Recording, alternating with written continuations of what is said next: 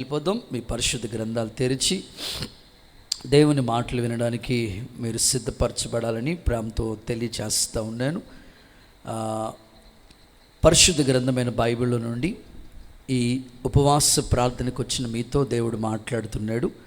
మత్తయి సువర్తమానం 19వ అధ్యాయం 27వ వాక్యాన్ని నేను చదువుతాను. మీరు శ్రద్ధగా ఈ మాటలు ఆలకించాలని కోరుతున్నాను.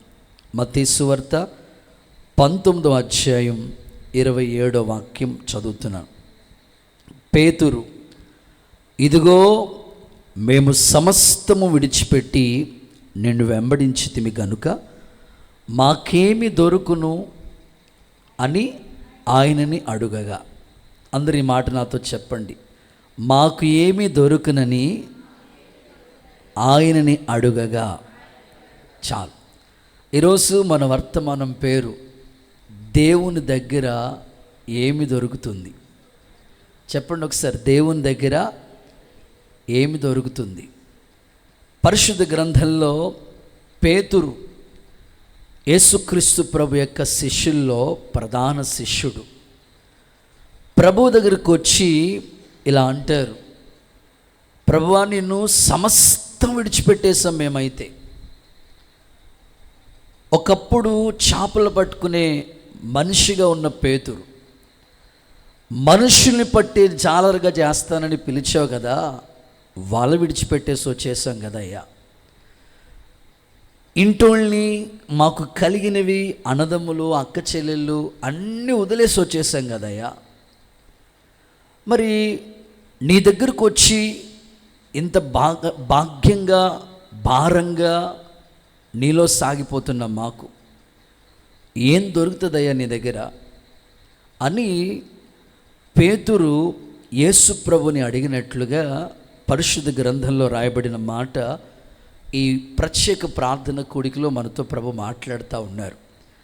మన జీవితంలో కూడా చాలా సందర్భాల్లో దేవుణ్ణి మనం ఇలా అడుగుతూ ఉంటాం, ప్రభువా నాకు ఎన్ని పనులు ఉన్నా ఆ రోజు ప్రక్కన పెట్టి ప్రతి సాటర్డే ఫాస్టింగ్ ప్రేయర్కి వస్తూ ఉన్నాను, ఎవరు వచ్చినా రాకపోయినా ఖచ్చితంగా ఉపవాసం ఉంటున్నాను, ఖచ్చితంగా దేవుని సన్నిధి అంటే నాకు ఎంతో ప్రాణమయ్యా, సేవకులన్నా, పరిచర్య అన్నా, సంఘమన్నా ఎంతో బాధ్యతగా నేను వెంబడిస్తూ ఉన్నానయ్యా. అయితే నీ దగ్గర నాకు ఏం దొరకట్లేదయ్యా అని మీలో కొంతమంది ఆత్మీయ విషయాలలో దేవుని దగ్గర నుంచి ఏదో ఎక్స్పెక్ట్ చేసి ఇది దేవుని దగ్గర నుంచి నాకు దొరుకుతుందని ఆశతో మీరు వస్తున్నారు, కానీ అది దొరకట్లేదని ఎన్నో కుటుంబాల్లో హృదయంలో తీరని కలవరాల మధ్యలో కూర్చున్న వాళ్ళు ఇక్కడ ఉన్నారు, లైవ్లో వీక్షిస్తున్న వాళ్ళలో కూడా ఉన్నారు. అందుకే దేవుడు ఈ మాట మీతో ప్రకటిస్తూ ఉన్నాడు. ఒకవేళ ఇంతవరకు దేవుణ్ణి వెంబడిస్తూ దైవికమైన భక్తి మార్గాల్లో, ఇటు పాటల్లో, ఇటు ప్రార్థనలో, ఇటు సహవాస పరిచర్యలో దేవునికి సంబంధించిన అన్ని విషయాలను ఆసక్తి కలిగి దైవికమైన అడుగుజాడల్లో నడిపించబడుతూ దేవుని దగ్గర నుంచి నాకేమీ దొరకట్లేదు అని ఒకవేళ నువ్వు బాధపడుతూ ఉంటే, ఇదిగో ఒక మంచి శుభవార్త ప్రభు నీకు తెలియచేస్తున్నాడు. యేసు నామములో ఆయన అనుగ్రహం ఒక్కొక్కరు పొందుదురుగాక. ఎప్పుడైతే పేతురు ఈ మాట అడిగాడో వెంటనే యేసు ప్రభు ఇచ్చిన ఆన్సర్ అద్భుతంగా ఉంది. ఇదిగో పీటర్, 12 మంది ఇశ్రాయేలు గోత్రకర్తలు ఉన్నారు కదా, వారు ఈ సింహాసనం మీద కూర్చుంటారు. వాళ్ళకి తీర్పు తీర్చేది ఎవరు అనుకుంటున్నావు? పీటర్, నువ్వే. వెంబడిస్తున్నాను కదా, నాకేం దొరుకుతుంది అనుకుంటున్నావు కదా, ఇదిగో నీకు తీర్పు తీర్చే ఒక గొప్ప భాగ్యం ఇస్తున్నాను. అసలు దేవుడు పేతురుతో మాట్లాడుతున్న మాటలు, ఆ సంభాషణ ఊహించుకుంటే నిజంగా ఆశ్చర్యం అనిపిస్తూ ఉంటుంది. తీర్పు తీర్చే భాగ్యం నీకు ఇస్తున్నాను అని ప్రభు మాట్లాడాడు. ఇంకా మాట్లాడుతూ అన్నాడు, ఇదిగో నా సేవ కొరకు నీవు అన్నదమ్ములు విడిచిపెట్టానని అనుకుంటున్నావా? ఆస్తిపాస్తులు, ఇల్లు, పొలం నీకు కలిగింది, ఉద్యోగం, నీ స్థితిని అన్నీ వదిలేశానని ఇటు అక్క చెల్లెళ్ళు, తోబట్టువులు, ఇంటివారు, స్వజనులు, గ్రామం, ఊరు, ప్రాంతం అన్నీ వదిలేశానని నువ్వు అనుకుంటున్నావు కదా. ఇదిగో నీకు 100 రెట్లు దయచేయబోతున్నాను. ఆమేనని చెప్పండి. ప్రభు మాట్లాడుతున్న మాటలు అక్కడ ఉన్నాయి, చాలా అద్భుతంగా ఉంటాయి. 100 రెట్లు నువ్వు పొందుకుంటావు అని చెప్పి ఇంకో మాట కూడా అంటున్నాడు. ఇంత మాత్రమే కాదు, నిత్య జీవాన్ని కూడా నీకు ఇవ్వబోతున్నాను. చప్పట్లు కొడుతూ ఒకసారి యేసయ్యకు మహిమ చెల్లిస్తారా?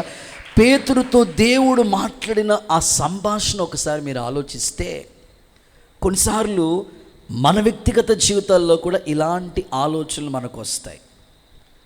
ఏమీ నాకు దొరకట్లేదు, ఏది దేవుని దగ్గర నుంచి ఏమి పొందుకోలేకపోతున్నానని నిరాశలో ఉండిపోయిన వ్యక్తుల మనస్తత్వాలు చాలా మందిలో కనబడుతూనే ఉంటాయి. అయితే ఆ రోజు పేతురుతో మాట్లాడిన దేవుడే నిన్న నేడు నిరంతరం ఏకరీతిగా సజీవుడిగా ఉన్న ప్రభు నీతో మాట్లాడుతున్నాడు. నువ్వు కలవరపడొద్దు, కన్నీళ్ళు పెట్టుకోవద్దు, దుఃఖ సాగరంలో ఉండొద్దు. మరలా నీ మీదకి దేవుని దయ దిగివచ్చునుగాక. యేసు నామములో దాచి ఉంచిన మేలు నీ కొరకు దేవుడు ప్రసాదించునుగాక. ఒక చిన్న సాక్ష్యం చెప్పి వర్తమానంలోకి వెళతారు. ఇదే అమలాపురం పట్టణం నుంచి దేవుని సేవార్థమై దేవుడు తనని సేవకు పిలిచారని కట్టుబట్టలతో, ఏమీ లేదయ్యా, అన్నీ ఉన్నాయి, ఆస్తిపాస్తులు ఉన్నాయి, మంచి వ్యాపారం ఉంది, అన్ని సోర్స్ ఉన్నాయి, కానీ దేవుడు పిలిచాడని ఒకే ఒక ఆ కారణంతో దేవుని పరిచర్య నిమిత్తమే బయలుదేరి శ్రీకాకుళం అనే ప్రాంతానికి వెళ్ళారు సహోదరులు ప్రసాద్ అనే ఒక పాస్టర్ గారు. వెళ్ళిన తర్వాత అక్కడ ఇల్లు కోసం చాలా వెతికారట. మొత్తం మీద బస్ స్టాండ్ దగ్గరలో ఒక ఇల్లు దొరికిందట. కానీ ఎవరు పరిచయం లేదు, తెలియని ప్రాంతం. దేవుని పరిచర్య కొరకే దేవుడు పిలిస్తే ఆ పిలుపును, ఆ దర్శనాన్ని పొందుకుని వెళ్ళిపోయారంతే. కొద్ది రోజులు గడుస్తూ ఉంది, వెయిట్ చేస్తూ ఉన్నారు. దేవుడు ఎవరినైనా పరిచయం చేస్తే బాగుండేది, ఇక్కడ సేవ జరుగుతూ బాగుండేది అనుకుంటున్నారు, కానీ ఎవరు పరిచయం అవ్వట్లేదు. ప్రారంభ సేవ అలాగే ఉంటుంది. రోజులు గడిచిపోతూ ఉన్నాయి. అయితే ఒకరోజు ఆ బస్ స్టాండ్ దగ్గరలో ఒక గ్రౌండ్లో మీటింగ్స్ జరుగుతూ ఉన్నాయంట. 3 రోజులు మీటింగ్స్ జరుగుతూ ఉన్నాయి. ఫస్ట్ రోజు మీటింగ్ అయిపోయింది, సెకండ్ రోజు కూడా మీటింగ్ అయిపోయింది. సో కనీసం థర్డ్ డే అనే ఆఖరి రోజైనా దగ్గరే కదా, ప్రక్కనే కదా, వెళ్ళొద్దాంలే, ఇంట్లోనే ఒంటరిగా బోర్ కొడతా ఉంది, ఏంటి ప్రభా ఈ సేవకు పిలిచావు, నాకేం అర్థం కావట్లేదు, వాక్యం ద్వారా ఏదైనా దేవుడు మాట్లాడితే కొంచెం ధైర్యం వస్తుందనే ఉద్దేశంతో వెళ్ళి మీకులాగే ఆఖరిలో కూర్చున్నాడంట. ఆయన కూర్చుంటే ఆ దైవజనుడు దేవుని వాక్యం అందించడానికి వేదిక దగ్గరికి వచ్చారు. కానీ అక్కడ మీటింగ్స్ ఏర్పాటు చేసిన ఆహ్వానించిన వ్యక్తి కంగారు పడిపోతూ ఉన్నారు. అటు ఇటు కలదిరిగేస్తున్నారు, అటు ఇటు మొత్తం రౌండ్లు వేస్తున్నాడు ఆయన. ఈయన కుర్చీలో కూర్చుని చూస్తూ ఉన్నాడు. ఏంటంటే అక్కడికి వాక్యం చెప్పడానికి వచ్చిన వ్యక్తి ఇంగ్లీష్లో వాక్యం చెప్పడానికి వచ్చారు, కానీ దాన్ని తెలుగులో అనువాదం చేయడానికి ఎవ్వరూ రాలేదు, ఆయనతో రాలేదు. ఈయనకి టెన్షన్ వచ్చేసి కంగారు పడిపోతాం. మీటింగ్స్ పెట్టే కన్వీనర్ పాటలు ఎలా ఉంటాయంటే, సమయానికి స్పీకర్ రాకపోయినా మన ఆన్లైన్ ప్రేయర్లా ఉంటుంది. సమయానికి స్పీకర్ రాకపోతే టెన్షన్ వచ్చేస్తుంది, వీళ్ళకి ఏం చెప్పాలి అర్థం అవ్వదన్నమాట. సమయానికి రాకపోయినా హ్యాండ్ ఇచ్చినా చాలా ఇబ్బందికరంగా బాధపడుతూ ఉండాలన్నమాట. సరే అట్లాగే ఆయన కలదిరిగేస్తూ ఉంటుంటే ఆయన కుర్చీలో కూర్చొని చూస్తూ ఉన్నాడు. టెన్షన్ అర్థమైపోయింది.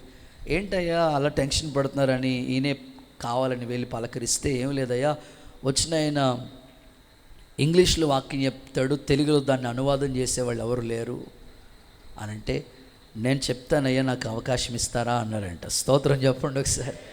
సరేనని ఆయనకు అవకాశం ఇస్తే ఆ రాత్రి ఒక్క అవకాశం దేవుడు ఇచ్చాడు. అంతే, అద్భుతంగా ఆయన వాక్యాన్ని ఇంగ్లీష్లో చెప్తా ఉంటే తెలుగులో అనువాదం చేసి అద్భుతంగా దేవుని వాక్యాన్ని ప్రకటించారు. ఆ మీటింగ్ ముగించిన తర్వాత అక్కడ మీటింగ్స్ ఏర్పాటు చేసిన కన్వీనర్ అన్నారంట, అయ్యా నేను చాలా కాలంగా దేవుని పరిచర్య చేస్తున్నా, ఉద్యోగ బాధ్యతలు చూసుకుంటూ దేవుడు నాకు సేవ భారం పెట్టాడు కనుక కొండ మీద ఒక సంఘాన్ని కట్టాను.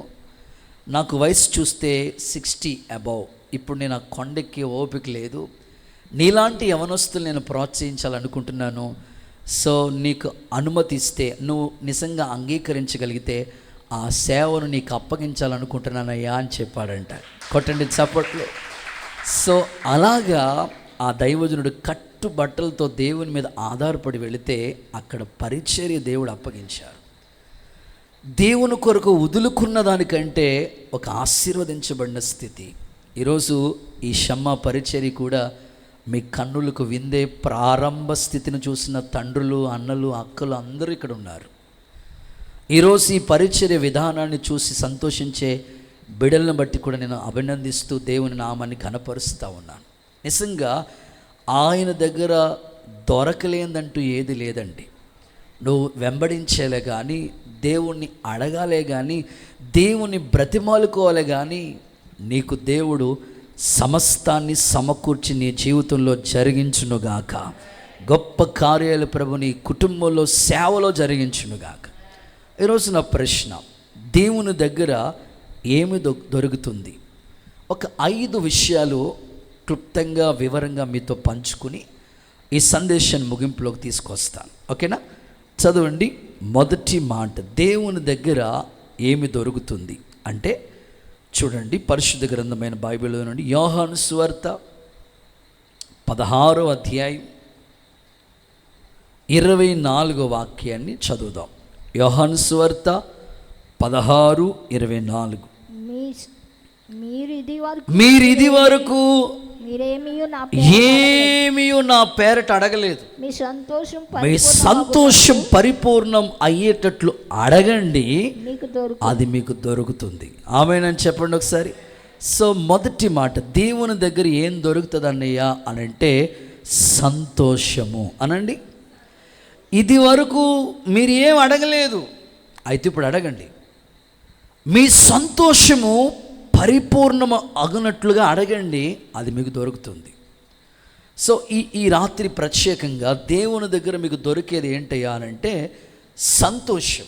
అది లోకంలో ఎక్కడ దొరకలేని సంతోషం దేవుని దగ్గర ఒక్కటే మీకు దొరుకుతుంది.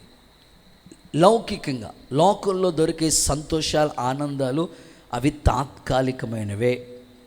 కొద్దిసేపు అప్పుడే సంతోషిస్తూ ఉంటాం, అప్పుడే కళ్ళంపట నీళ్ళు పెట్టుకుంటూ ఉంటారు. ఈ భూమి మీద మనకు దొరికే సంతోషాల్లో, మనుషుల దగ్గర ఎక్కడైనా మనకు దొరికే సంతోషాలు కొద్దిసేపు, ఫ్యూ మినిట్స్, కొంత సమయమే మనకి ఆ సంతోషం మన దగ్గర ఉండొచ్చు. ఆ తర్వాత ఆ సంతోషం రెక్కలు కట్టుకుని ఎగిరిపోతూ ఉంటుంది.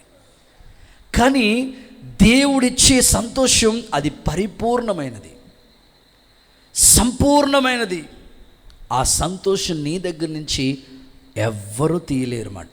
అలాంటి సంతోషాన్ని ఈ ఉపవాస ప్రార్థనకు వచ్చిన మీ కుటుంబానికి యేసు నామములో నా ప్రభు ప్రసాదించునుగాక.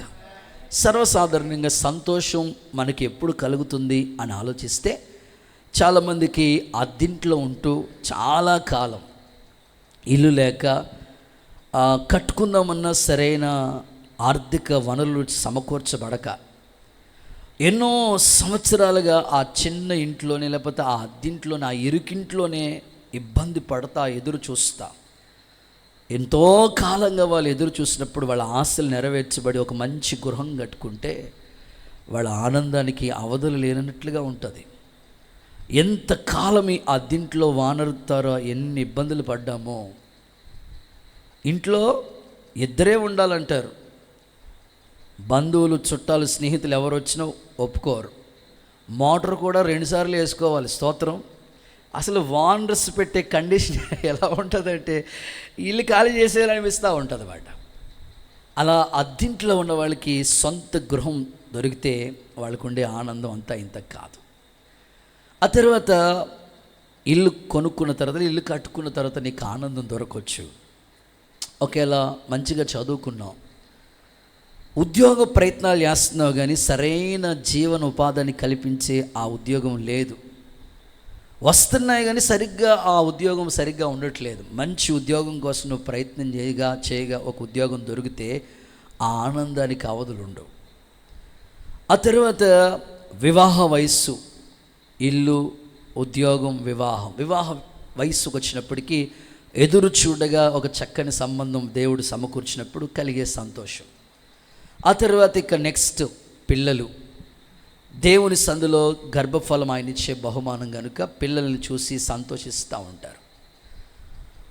ఆ తర్వాత జీతాలు వచ్చినా, ఫెన్షన్ వచ్చినా, ప్రమోషన్ వచ్చినా, సో మనం అనుకున్న కళ నెరవేర్చబడిన ఈ జీవితంలో అనేక సంతోషాలు ఉంటాయి.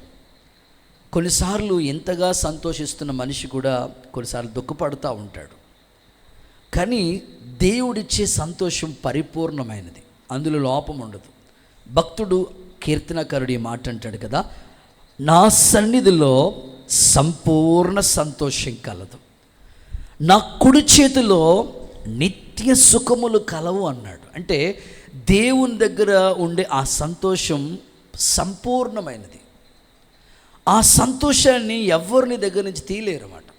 అందుకే అలాంటి పరిపూర్ణ సంతోషం నాకు ఇవ్వండి ప్రభా, నువ్వు దేవుణ్ణి అడిగితే యేసు నామములో ప్రభు నీకు ప్రసాదించునుగాక. బైబిల్ గ్రంథంలో ఒక సందర్భాన్ని మీకు చెప్తాను చూడండి.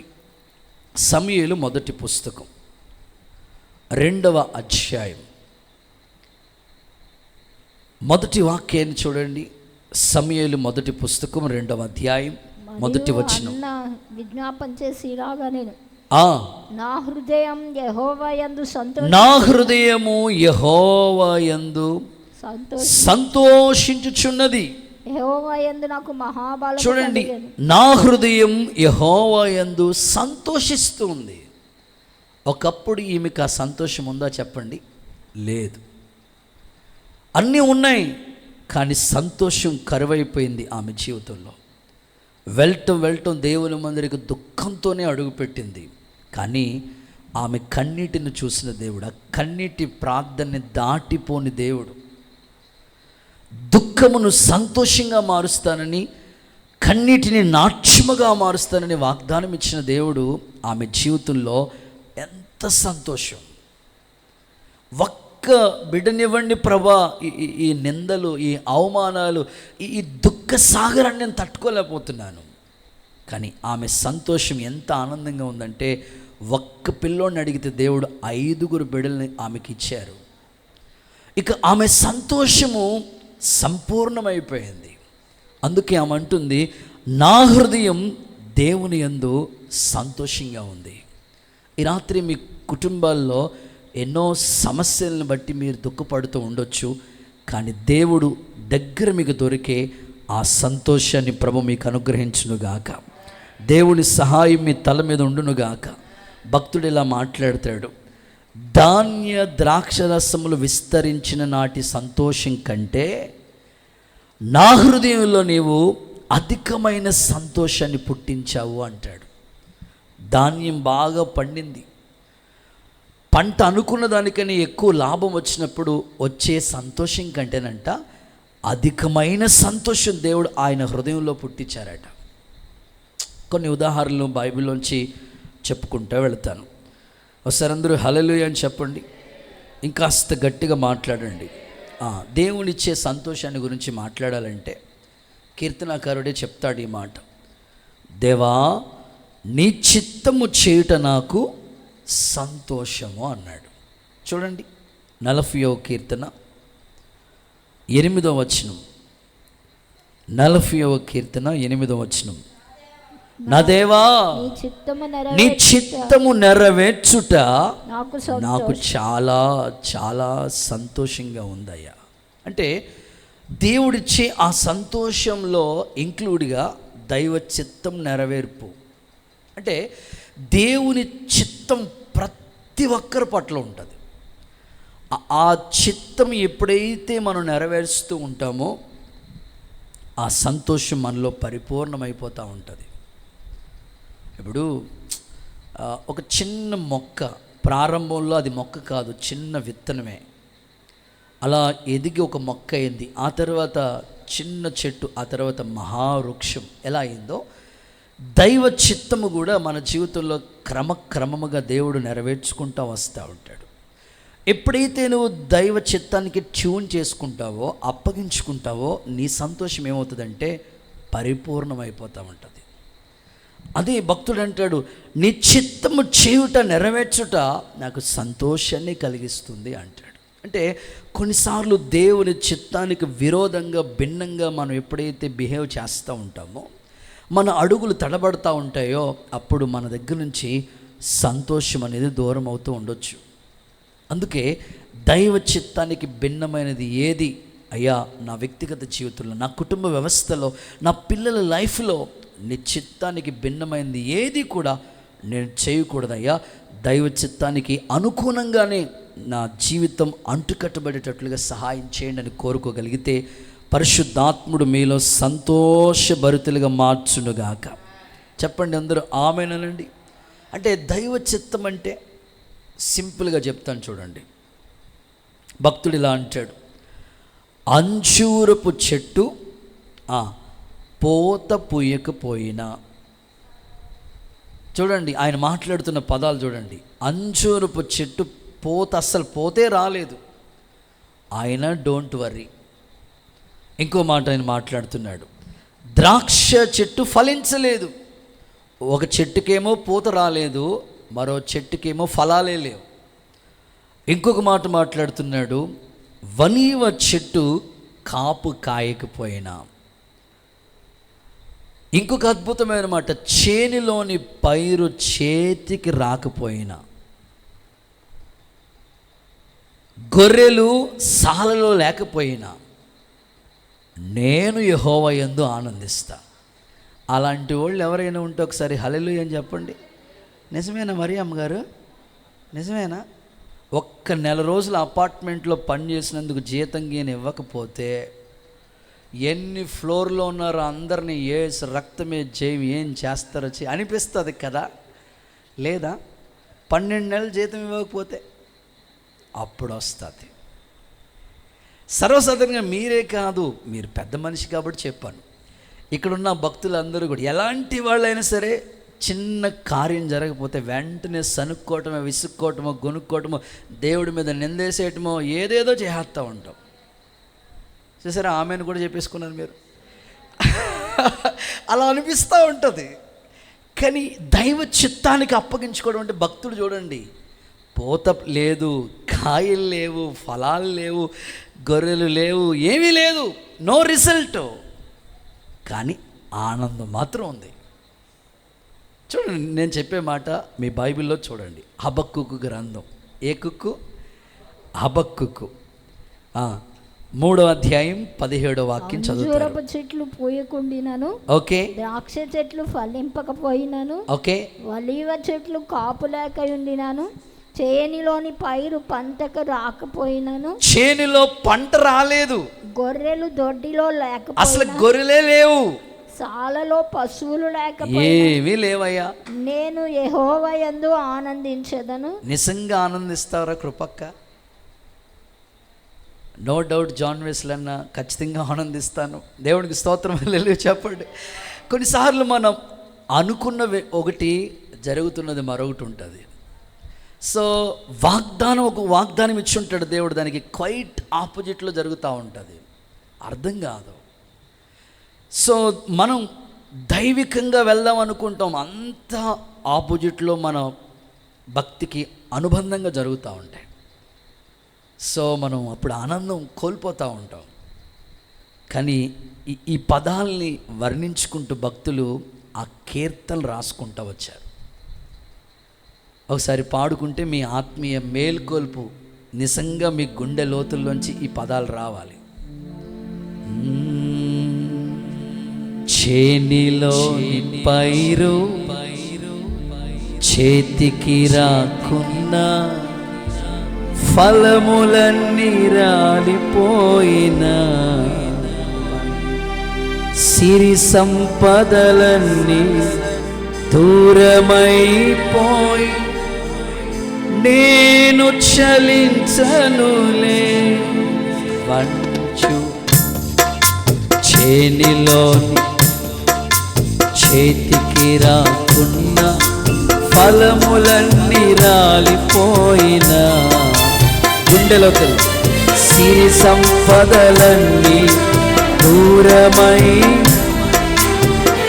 నేను చలించనులే, నిశ్చలమైన రాజ్యము కొరకే ఎల్లవేళలా నిన్నే ఆరాధింతును. నిశ్చలమైన రాజ్యము కొరకే ఎల్లవేళలా నిన్నే ఆరాధింతును. నా గీతారాధనలో యేసయ్యా నీకు ఆధారమే, నా వేదనలలో క్షమించని నీ కృపాదరణ, నా వేదనలలో క్షమించని నీ కృపాదరణ, నా గీతారాధనలో యేసయ్యా నీ ఆధారమే.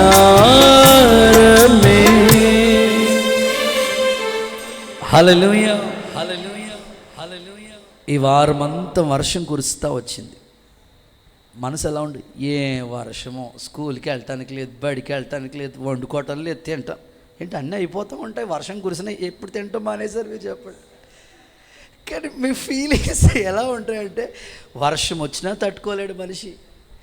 ఓ ఇరక్కాసేసింది అనుకోండి ఎండ వారం రోజులు, ఏంటో ఎండ ఎండ ఏంటి దేవుడు ఏమైపోతుంది. ఒక వారం రోజులు మంచు కురుస్తూనే ఉంది, తిట్టుకోండి, ఏది తట్టుకోలేడు మనిషి. అవునా కాదా? అవును. అందుకే మన సంతోషం అక్కడక్కడ ఉంటుంది, కానీ దేవుని దగ్గర దొరికే సంతోషం అది సంపూర్ణ సంతోషం. ఆమేన్. ఇంకొక అద్భుత సందర్భం చెప్తాను ఇందులోనే. ఒక ఆయనకి 100 గొర్రెలు ఉన్న యేసు ప్రభు చెప్పాడు ఈ మాట. తప్పిపోయిన గొర్రె ఎన్ని చెప్పండి? ఒకటే. 100 ఉన్నాయి కానీ ఒకటే తప్పిపోయింది. తన మైండ్ సెట్ అంతా 99 సేఫ్ జోన్లో ఉన్నాయి, ఒకటే తప్పిపోయిందని ఈ 99ని విడిచిపెట్టి ఆ ఒక్క గొర్రె కోసం వెతికాడంట ఆయన. ఎప్పుడైతే దొరికిందో ఆ గొర్రెని భుజం మీద ఎక్కించుకున్నాడంట. ఆయన అంటాడు, తప్పిపోయిన గొర్రె నాకు దొరికింది, నాతో కూడి సంతోషించండి అన్నాడు. దేవునికి స్తోత్రం కలుగునుగాక. కొన్నిసార్లు ఆత్మీయ స్థితిలోంచి తప్పిపోతూ ఉంటాం, జారిపోతూ ఉంటాం, తొలగిపోతూ ఉంటాం.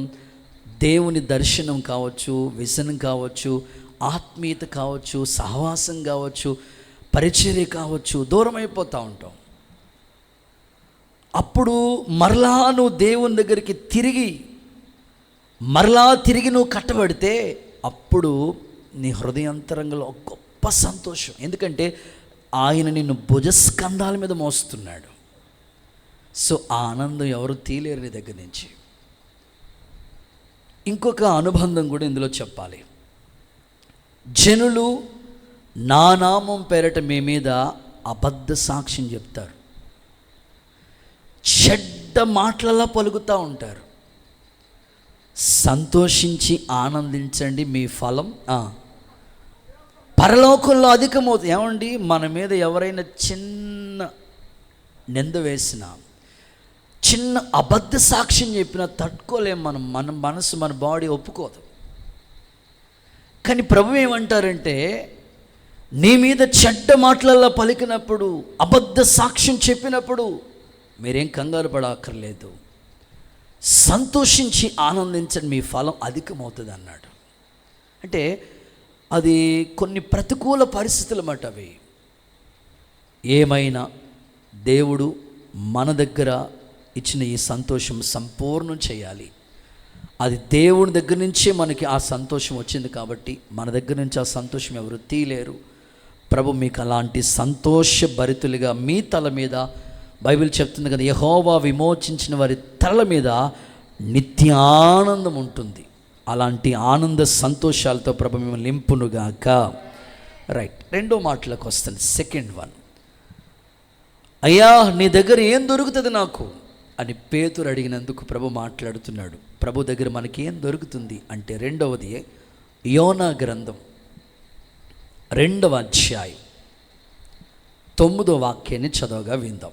యోనా పుస్తకం 2వ అధ్యాయం 9వ వాక్య భాగం. కృతజ్ఞతాస్తుతులు చెల్లించి నేను నీకు బలులు అర్పింతును. ఓకే, నేను మొక్కుకొని నా మొక్కుబళ్ళు యోనా గ్రంథం 9:2-9, 2వ అధ్యాయం 9వ యొద్దనే రక్షణ దొరుకు. యెహోవా యొద్దనే రక్షణ దొరుకును.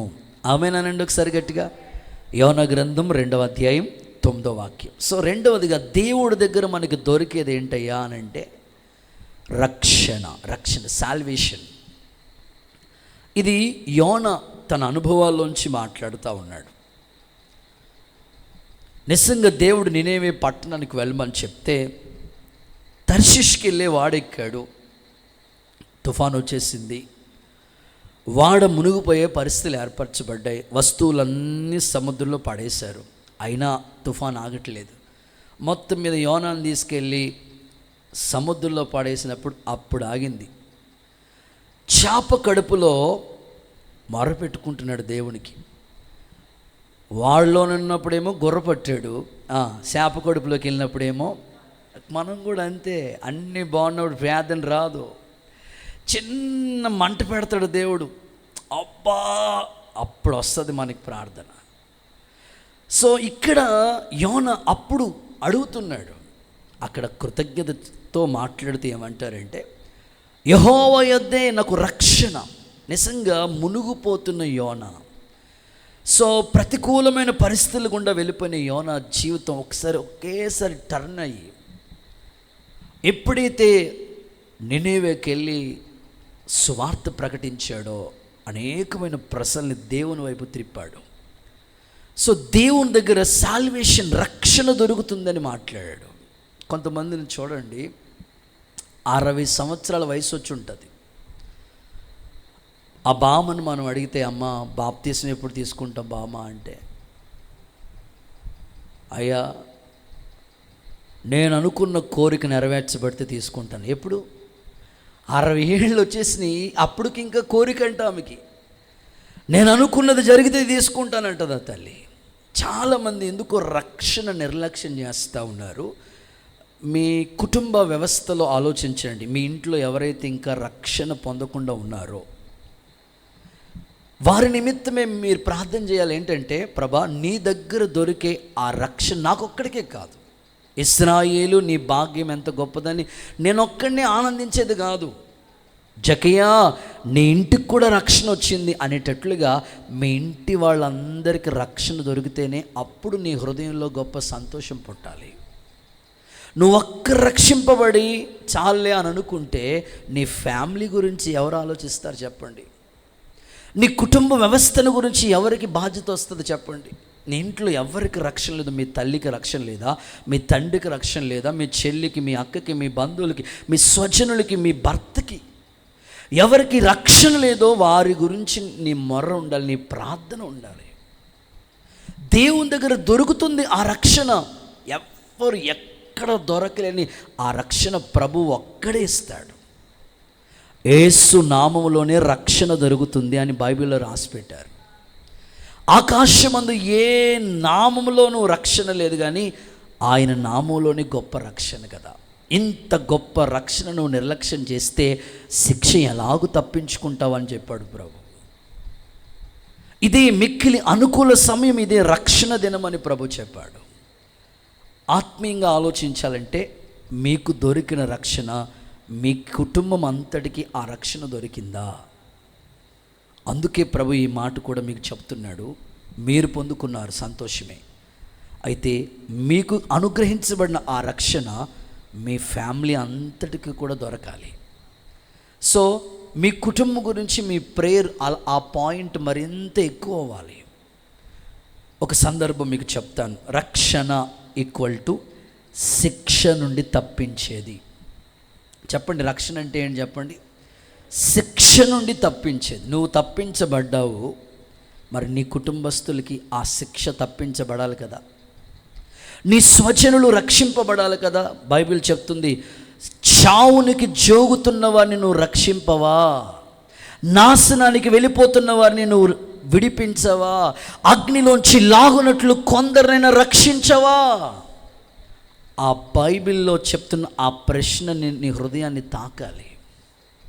నిజమే కదా ప్రభు, ఈ మాట నా గురించే మాట్లాడావు కదయ్యా.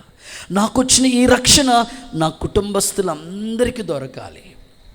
చెరసాల నాయకుడు తనొక్కడే కాదు, తన ఫ్యామిలీ అంతా రక్షింపబడింది. బైబిల్లో ఒక సందర్భం చెప్తాను, చేతులు ఎత్తి ఒక్కసారి హల్లెలూయా చెప్దామా.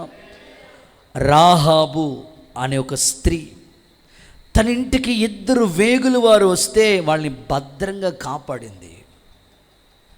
చిన్న హెల్ప్ చేసింది, ఉపకారం చేసింది. ఆమె ఆ వేగులు వారని పిలువబడుతున్న సేవకులను అడుగుతుంది, అయ్యా నేను మీకు చిన్న ఉపకారం చేశాను కదా, నాకు కూడా నా ఇంటికి కూడా చిన్న హెల్ప్ చేయండి అయ్యా. ఏం కావాలమ్మా అని వారు అడిగారు.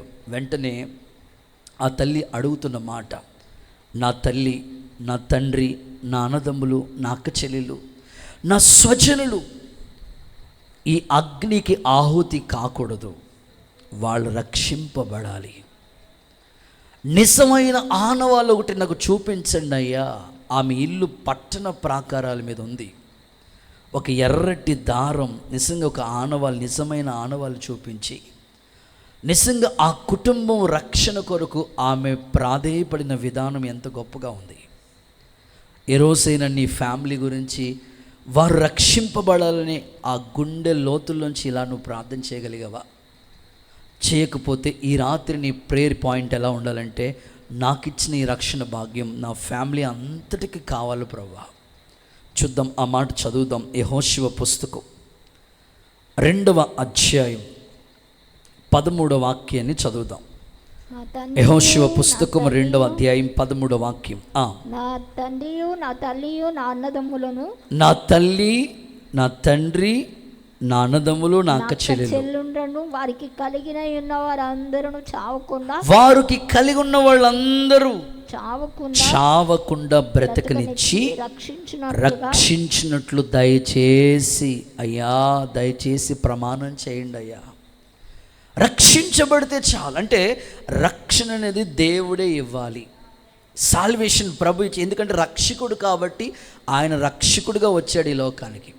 ఆయన యొద్దే దొరుకుతుంది, ఇంకెవ్వరు ఎక్కడికి వెళ్ళి కొందామన్నా దొరికేది కాదు, ఎక్కడ దొరికేది కాదు ఆ రక్షణ.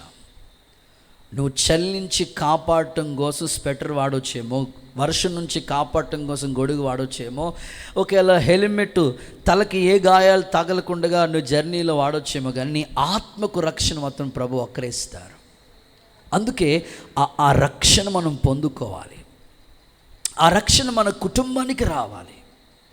ఇలా రాయబడి ఉంది వాక్యంలో, యేసు నా దేవుడిని నువ్వు నోటితో ఒప్పుకోవాలి, హృదయమందు విశ్వసించాలి, అప్పుడు నువ్వు రక్షణ పొందుకుంటావని చెప్పారు.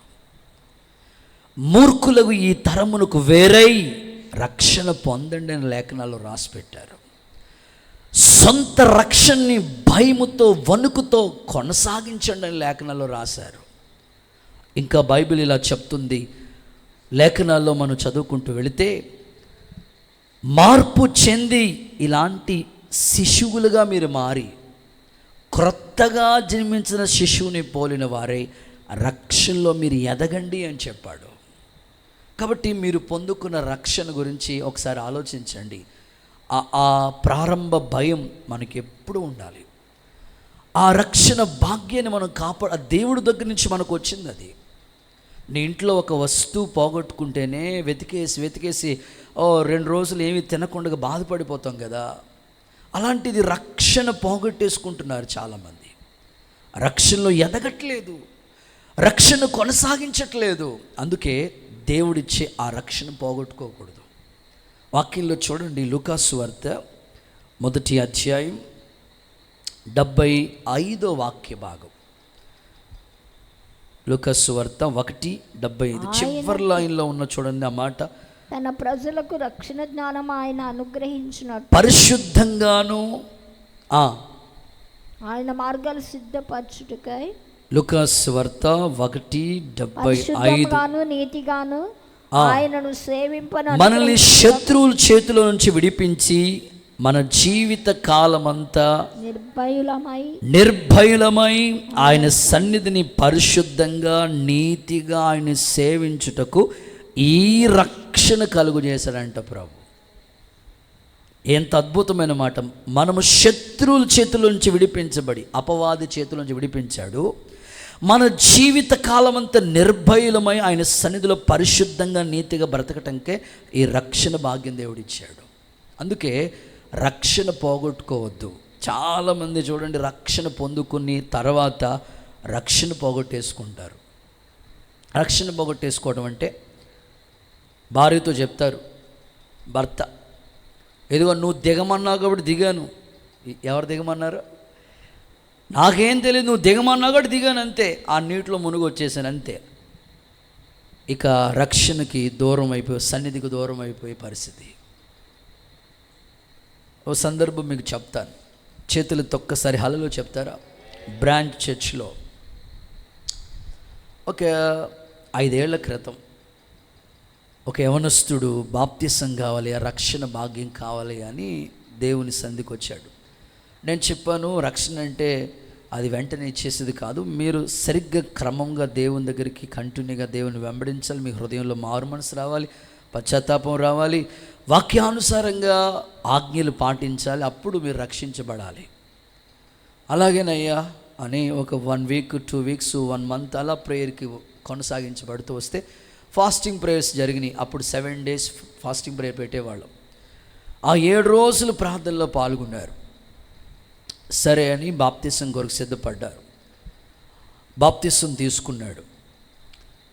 సరిగ్గా ఒక వారం 10 రోజులు బాగానే భక్తిగా గట్టిగా ప్రార్థన చేసి భక్తి చేశాడు.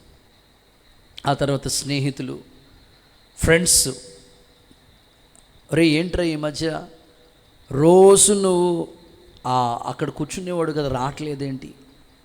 పాపం ఖాళీగా ఉండి ఆ వీధిలో ఒక చిన్న సోఫా సెట్ లాంటిది, బల్ల అలాంటిది ఒకటి ఉంటే అక్కడ అందరూ కూర్చుంటారు. మరి సాయంకాలం రచ్చబండ మీటింగ్ జరుగుతూ ఉంటుంది. ఆ ఊరిలో జరిగే కబుర్లన్నీ వీళ్ళే చెప్పుకుంటూ ఉంటారు, మరి అక్కడే కూర్చుంటారు. అలాంటిది ఆ పిల్లోడు అక్కడికి వెళ్ళలేదు. వారం రోజుల నుంచి వాళ్ళ స్నేహితులు చూస్తున్నారు, రావట్లేదు. ఇక వీడు రాపోతుంటే వాళ్ళే ఇంటికి వచ్చేసారు. స్తోత్రం చెప్పండి. స్నేహితులు ఎంత స్నేహబలమో. వీళ్ళు రాకపోతే వాళ్ళ స్నేహితులే వచ్చేసి, ఏరా బాబు రావట్లేదండి, నేను దేవుడిని నమ్ముకున్నాను రా బాబు, ఇక నీకు నాకు కుదరదు, ఎప్పుడైనా మీ ఇంట్లో ఏదైనా స్పెషల్ జరిగితే వచ్చి జస్ట్ కనపడి వచ్చేస్తాను కానీ నేను రావటం కుదరదు అన్నాడు. ఎన్ని రోజులు ఉంటావో గట్టిగా సూత్తంలే మేము అన్నారు. సరిగ్గా 1 రోజులు గడిచిందండి, అంతే. మరలా ఏ అలవాట్లే విడిచిపెట్టేశాడో మరలా స్నేహితులతో పాటు కూడా వెళ్ళిపోయాడు. చివరికి కొంతకాలం గడిచిన తర్వాత బాగా దైవికమైన భక్తిలో చల్లారిపోయిన పరిస్థితి, ఫ్యామిలీలో ఆర్థిక ఇబ్బందులు, కుటుంబంలో అప్పులతో నలిగిపోయిన పరిస్థితి. అలా రోడ్డు మీదకి వెళ్తుంటే అడిగేస్తున్నారు స్నేహితులు, ఒరే డబ్బు తీసుకున్నావు ఇవ్వట్లేదు ఏంటని. ఇంకా అది తట్టుకోలేక, ఇంట్లో ఎవరికి చెప్పుకోలేక, ఇది ఈ పొలాల్లో చేలుగొట్లలో చేలుకి కొట్టే మందు ఉంటుంది కదా, ఎండ్రన్ పాయిజన్ తీసేసుకుని ఫోన్ చేసి, అన్నయ్య నేను చచ్చిపోతున్నానని తాగేసి ఉన్నాను అని చెప్పేసి ఫోన్ ఇట్టేశాడు. పలానా లొకేషన్ కూడా చెప్పాడు. చచ్చిపోయాడు, ఎందుకు మళ్ళీ ఫోన్ చేయటం? స్తోత్రం చెప్పాడు. లొకేషన్ కూడా చెప్పాడు. గబగబా వాళ్ళ అన్న ఎక్కడో ఉన్నాడు, గబగబా పరిగెత్తుకుని ఆ కిమ్స్ హాస్పిటల్లో పడేశారు. సరే అని నాకు తెలిస్తే ఆ రాత్రి బయలుదేరి నేను కూడా వెళ్ళానమాట. హాస్పిటల్లో ఉన్నారు, చాలా సివియర్ కండిషన్. సంఘం ప్రార్థన చేశారు, వాళ్ళకి వీళ్ళకి తోచినట్లుగా పాపం మా కష్టాల్లో ఉన్నట్టు సహాయం చేశారు. మొత్తం మీద ఆయన్ని రక్షించబడిన ఆత్మ నరకానికి పోకూడదు. మరలా చేతులెత్తి సంఘం ప్రార్థన చేసింది, ప్రభా తొలగిపోయాడయ్యా, ఆవేశంలో ఏదో చేశాడు, ఒక అవకాశం ఇవ్వండి అయ్యా, ఒక ప్రాణభిక్ష పెట్టండి ప్రభా అని సంఘం చేసిన కన్నీటి ప్రార్థనకి మరణపు అంచులోకి వెళ్ళిపోయిన వ్యక్తి మరలా కాపాడబడి ఆరోగ్యంతో తిరిగి ఇంటికి వచ్చాడు. తిరిగి ఇంటికి వచ్చిన తర్వాత ఎంత భక్తి చేయాలి చెప్పండి, దేవునికి ఎంత నమ్మకంగా బ్రతకాలి చెప్పండి.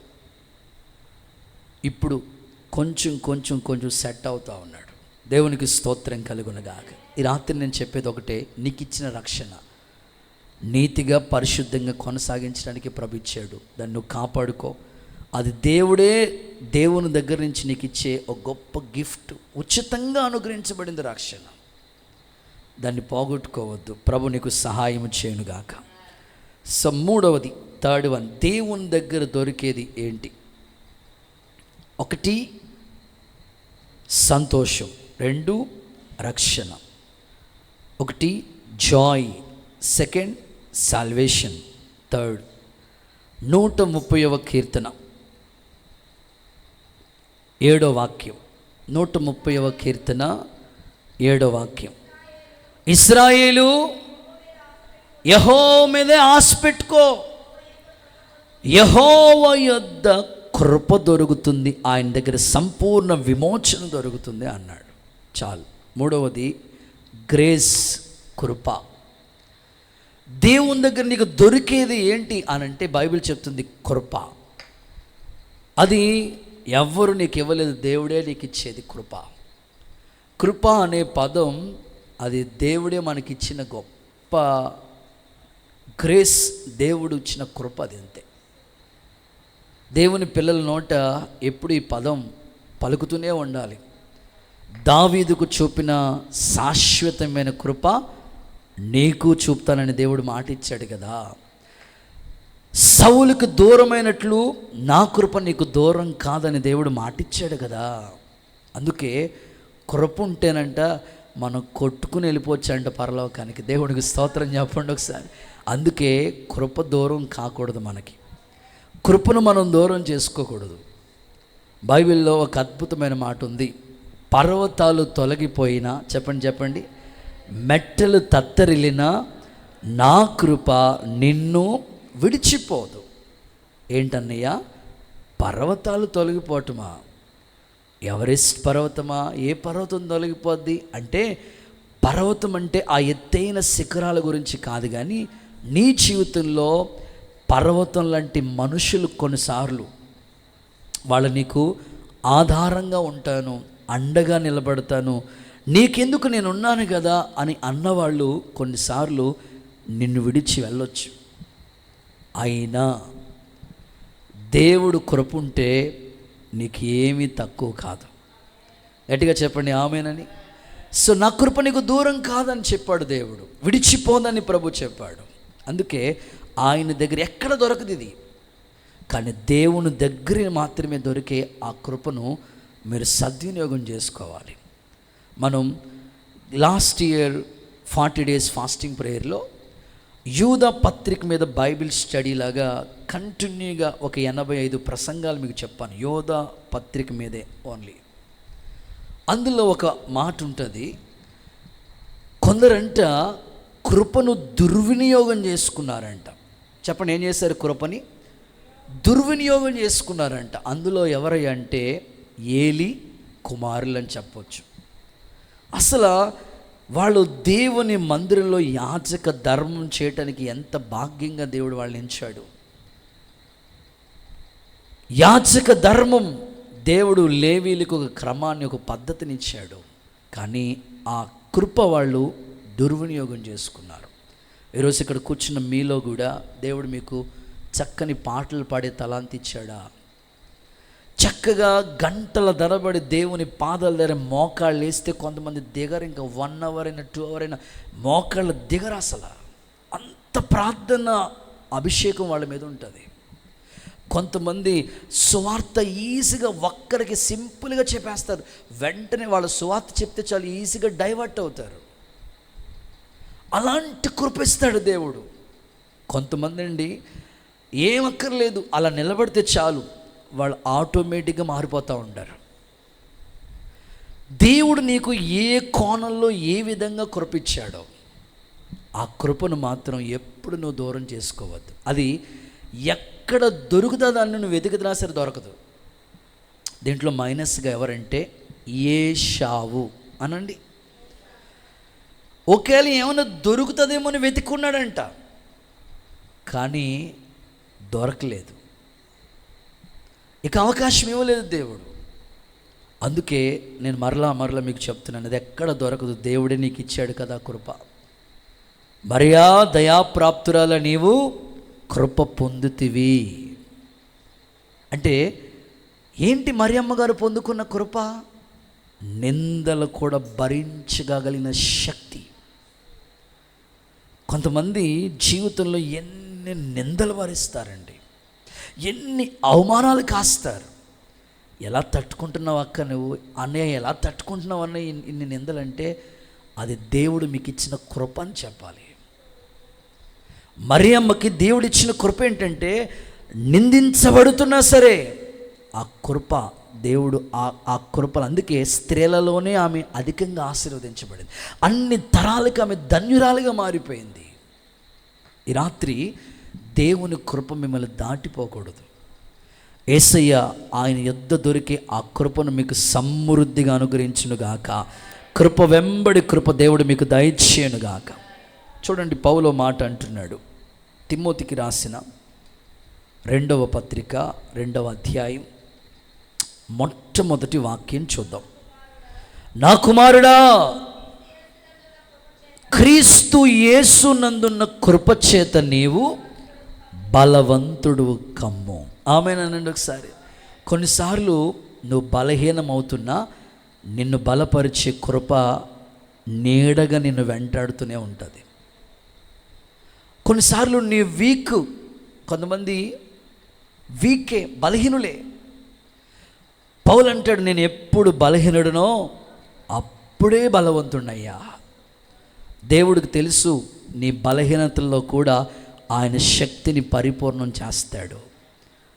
దేవుడు కృప మాత్రం నీకు దూరం చేయడు. అందుకే ఆ కృప దేవుడి దగ్గర నుంచి వచ్చేది కనుక ఆ కృప కోసమే మనం వేడుకోవాలి. కొన్నిసార్లు మనం బలహీనమే, నరమాత్రులమే, కానీ దేవుని కృప నీతో ఉంటే ఎప్పుడు నిన్ను బలపరుస్తూనే ఉంటుంది. ఎప్పుడు నిన్ను దేవుని కొరకు ఒక సాక్షిగా దేవుడు నిలబెట్టుకుంటూనే వస్తాడు. దేవుడు ఎప్పుడు నీ తల దించుకునే స్థితిలో నిన్ను ఎప్పుడు ఉంచడు, నువ్వు తలెత్తుకునే స్థాయిలోనే దేవుడిని ఉంచుతూ ఉంటాడు. అందుకే ఆ కృప కోసం మనం అందరం ఈ రాత్రి కూడా దేవుని దగ్గర వేడుకోవాలి.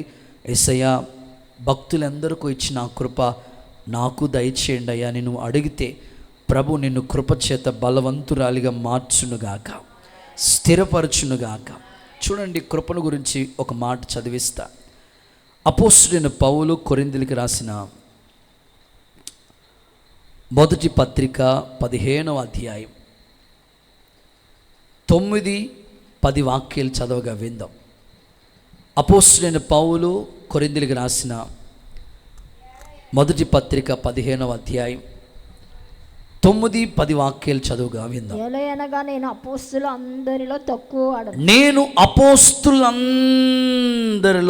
చాలా తక్కువ వాడిని.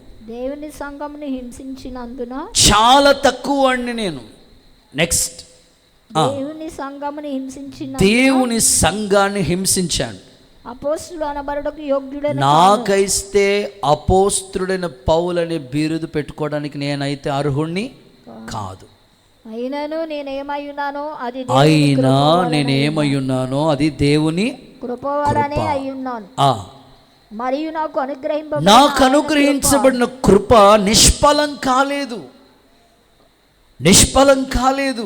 నెక్స్ట్, మరందరికంటే నేను ఎక్కువగా ప్రయాసపడింది నేను కాదు, నాకు తోడై ఉన్న దేవుని కృప.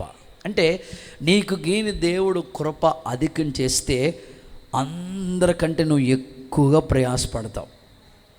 ఒక్కరిద్దరూ చెప్పారు ఆమేనని. అందరూ చెప్పండి ఒకసారి ఆమేనని. ఎక్కువగా నువ్వు ప్రయాసపడగలవంటే అది నీకు దేవుడు ఇచ్చిన కృప. పౌలు తన గురించి ఎలా ఎక్స్ప్లెనేషన్ చేసుకుంటున్నాడంటే, నేను అపోస్తులు అనిపించుకోవడానికి యోగ్యుడైతే కాదు, నేను అపోస్తులుని కాదు, ఎందుకంటే శిష్యుల్లో ఒక్కడిని కాదు నేను.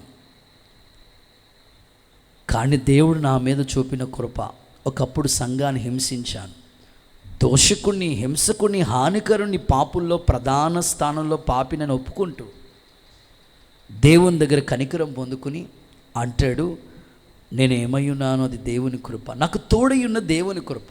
నేను కాదు ప్రయాసపడింది. ఈ రాత్రి ఎక్కువగా మీరు మీ కుటుంబం కోసం కానీ, సంఘం కోసం కానీ, సేవ గురించి కావచ్చు, సేవకుల కోసం కానీ ఎక్కువగా ప్రయాసపడగలిగితే అది దేవుని కృప మీ మీద ఉంది.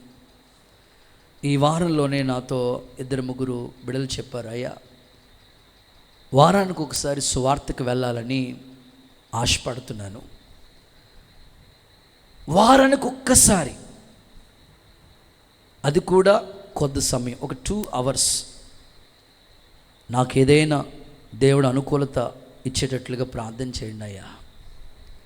నేను అనుకున్నాను, వారి హృదయంలోనికి ఆ భారం ఎలా వచ్చింది? వారానికి ఒక్కరోజు సువార్త పరిచర్య చేయాలి.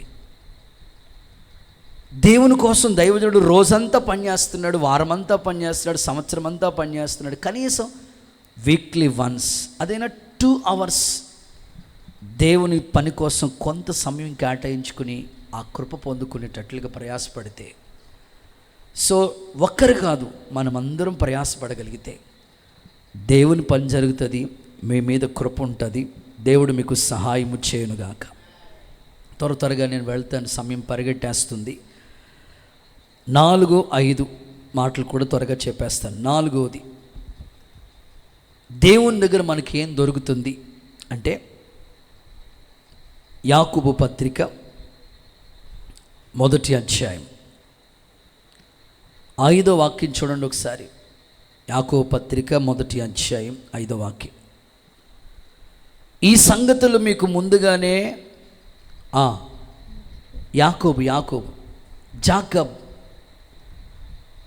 యాకోబు పత్రిక, జేమ్స్ అని ఉంటుంది ఇంగ్లీష్, 1:5.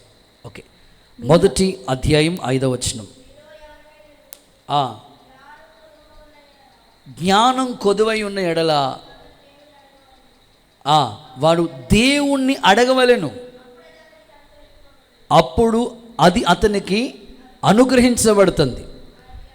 ఆయన ఎవరిని గద్దించక ధారాళంగా దయచేసేవాడు. అందరూ ఆమేనని చెప్తారా? సో 4వది, దేవుని దగ్గర దొరికేది ఏంటి అంటే జ్ఞానము అనండి. మీలో ఎవరికైనా జ్ఞానం కొదువై ఉంటే వాడు దేవుణ్ణి అడగాలి. దేవుడు ఎవరిని గద్దించక ధారాళంగా జ్ఞానం దయచేస్తాడు. మీరందరూ కూడా జ్ఞాన సంపన్నులే. అది దేవుడు మీకు ఇచ్చిన జ్ఞానమే. దేవుణ్ణి మీరు అడిగారు, సొలొమోను లాగా ప్రభు దగ్గర మీరు అడిగి కృప పొందుకుని జ్ఞానాన్ని అడిగారు, దేవుడు మీకు జ్ఞానం ఇచ్చాడు. అయితే అందరికీ జ్ఞానం కావాలి. స్త్రీల గురించి మాట్లాడతాను. జ్ఞానవంతురాలు తన ఇల్లు కట్టుకుంటుంది. అంటే మీ కుటుంబం అనే ఇల్లు, సంసారమైన కుటుంబాన్ని కట్టుకోవాలంటే ఖచ్చితంగా జ్ఞానం ఉండాలి. పురుషుల గురించి మాట్లాడతాను. స్త్రీ బలహీనమైన ఘటమని ఎరిగి ఎలా కాపురం చేయమన్నాడు? జ్ఞానంతో కాపురం చేయ. అంటే వారు కుటుంబాన్ని కాపురం నడిపించబడాలంటే వాళ్ళకి జ్ఞానం కావాలి. చదువుకునే బిడ్డలకి యెహోవాయందు భయభక్తులు కలిగి ఉండుట జ్ఞానానికి మూలం. సేవలో కూడా మరింత జ్ఞానం కావాలి. అందరికీ జ్ఞానం కావాలి. అది దేవుని దగ్గరే మనకు దొరుకుతుంది. ఈ మధ్య కాలంలో ఎవరో పెద్ద ఆయన చెప్తా విన్నానండి. ఒకసారి అందరూ హల్లెలూయా చెప్పండి. ఆయన పోలీస్ ఆఫీసర్గా జాబ్ చేస్తూ ఉన్నారంట, ఉద్యోగం చేస్తూ. దేవుని పరిచర్య చేయాలనే భారం ఉంది ఆయన గుండెల్లో. పోలీస్ డిపార్ట్మెంట్లో జాబ్ చేస్తూ దేవుని ఖాళీ సమయాల్లో దేవుని పని చేస్తూ ఉంటారట. వాళ్ళ పోలీస్ ఆఫీస్ కాబట్టి వాళ్ళకి కొన్ని కంప్లైంట్స్ వస్తూ ఉంటాయి. ఇప్పుడు ఒకప్పుడు లేవవి, ఇప్పుడు ఈ మధ్యకాలంలో రకరకాలుగా వచ్చేసినాయి. కాబట్టి 100 ఎవరిది నెంబరు చెప్పండి? 100 నెంబర్ ఎవరిది? Police department. 108 అంటే నీకు అంబులెన్స్ వస్తుంది. 100 అని కొట్టామనుకోండి, పోలీసులు వచ్చేస్తారు. సరే, 100 కాల్ వచ్చిందంట వాళ్ళ ఆఫీస్కి. వచ్చి భార్య చెప్తా ఉందంటే కంప్లైంట్, ఏమండి ఈ నన్ను చంపేసేటట్టున్నాడు. ఎవరంటే ఆయన భర్తని ఏమంటుంది చెప్పండి? ఈయన నన్ను చంపేసేటట్టున్నాడండి బాబు, మీరు రాకపోతే చంపేతలు కూడా. గబగబా ఎక్కడున్న వాళ్ళు వచ్చేసారంట.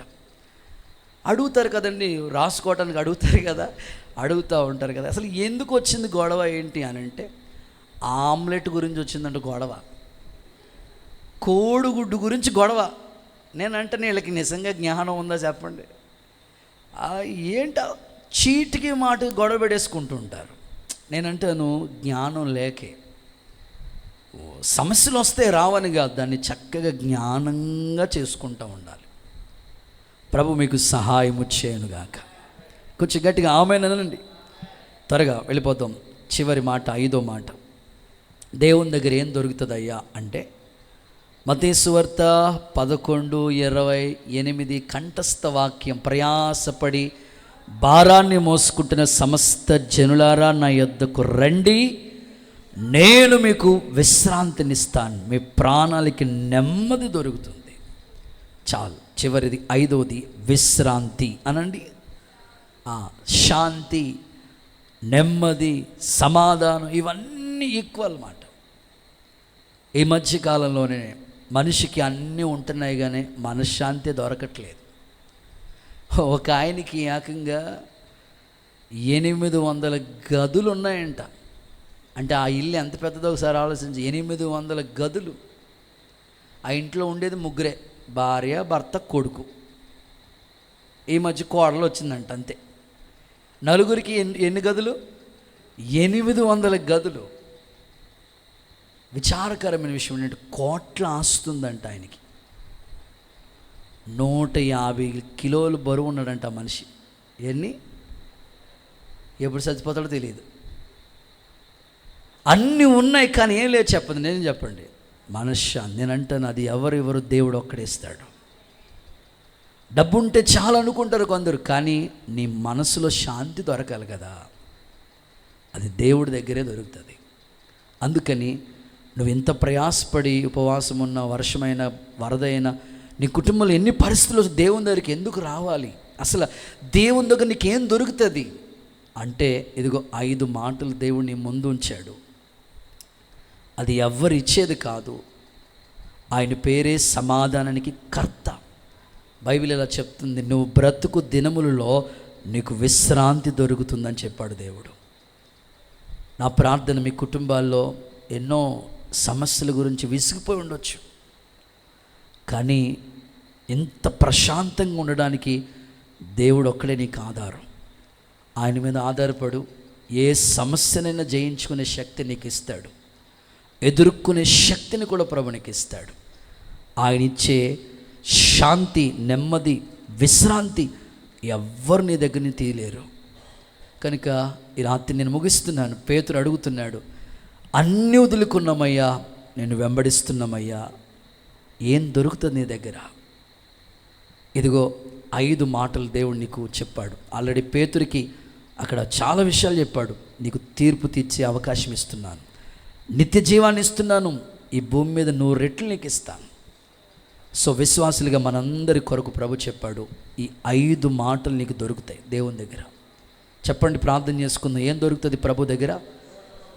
సంతోషం. అది ఎవ్వరు తీయలేరు నీ దగ్గర నుంచి. అలాంటి సంతోషం, పరిపూర్ణ సంతోషం దేవుడు నీకు ఇస్తాడు. 2, రక్షణ. అది ఎవరు ఇచ్చేది కాదు, దేవుడే. 3, కృప. అది కూడా దేవుని దగ్గరే నీకు దొరికేది. నెంబర్ 4, జ్ఞానం కూడా దేవుడే ఇస్తాడు. ఏమండో మా పిల్లోడు, ఆడికి ఎన్ని ఫీజులు కడుతున్నా సరే చదువు రావట్లేదంటే అది దేవుడు ఇవ్వాలి, జ్ఞానం. సో నెంబర్ 5, విశ్రాంతి దేవుడే ఇస్తాడు. అందరూ మోకరించండి. ఈ కొద్ది మాటలు దేవుడు మన వెనుకల్లో దీవించునుగా.